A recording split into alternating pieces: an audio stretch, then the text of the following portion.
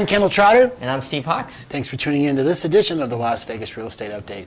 Today we're going to talk about maybe some new bankruptcy laws that are coming into effect. What's your word for it? They're called Cramdowns. The Cramdowns. So explain this to us, Steve.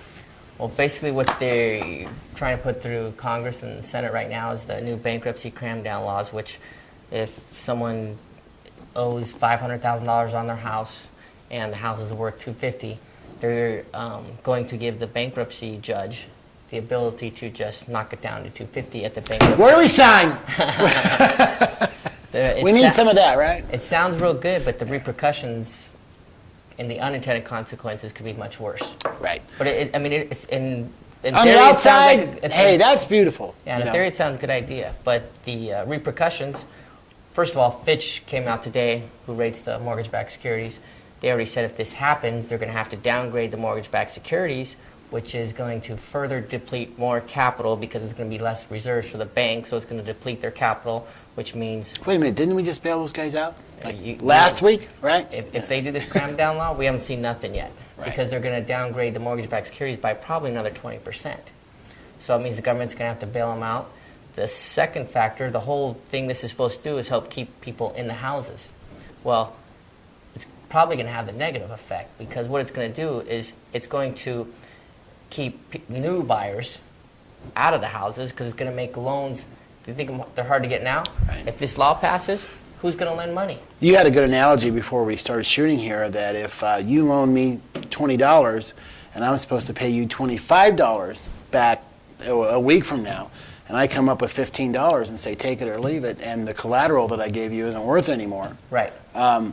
You'll probably take it, but you probably won't loan $20 anymore. Yeah, right? we have to remember who I mean, that's the simplest terms that we can put it in. But if I give you $20 and you come back with 15, you're supposed to be 25.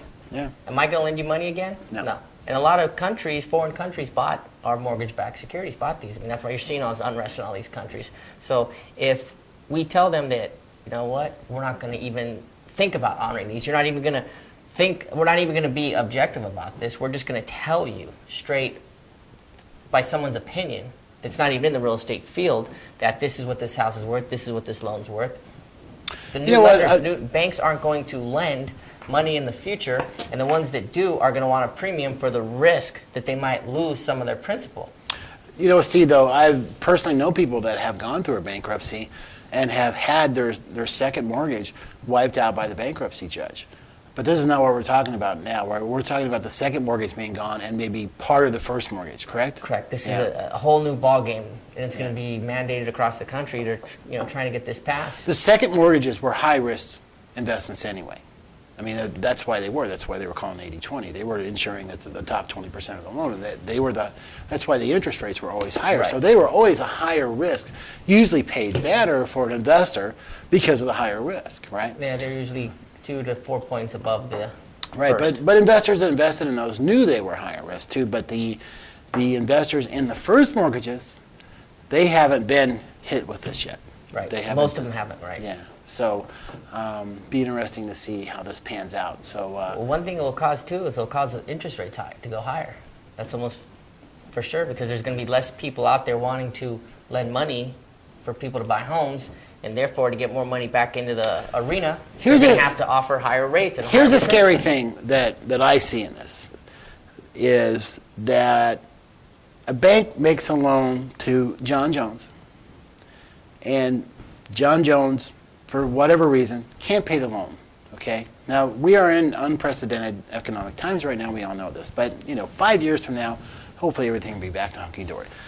But when these laws get on the books, they stay on the books. So John Jones, for whatever reason, can't make his loan anymore 5 years from now, and goes to the bankruptcy judge, and the bankruptcy judge just wipes out half of his deed of trust and mortgage, the security instrument that the bank loaned on.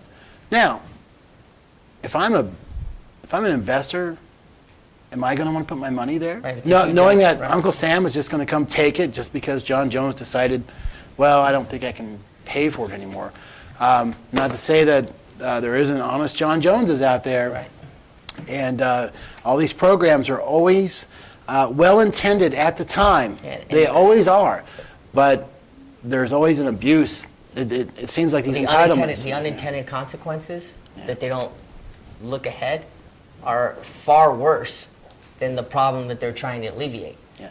Steve and I talk a lot about letting the free market work itself out of this. The free market is what gave this country wealth. Yes, we're hurting right now, but the free market we both believe, is really our only way out of it. And unfortunately, it's going to be painful, but keep on throwing these You know what, Steve? lifelines. It's already painful. And yes, it is going to be painful.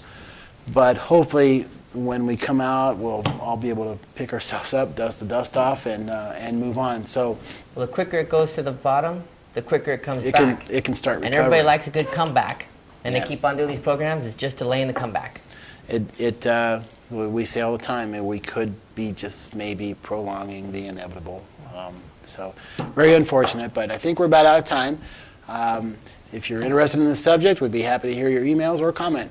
I'm Kendall Trotter. And I'm Steve Hawks. Thanks for tuning in to this edition of the Las Vegas Real Estate Update.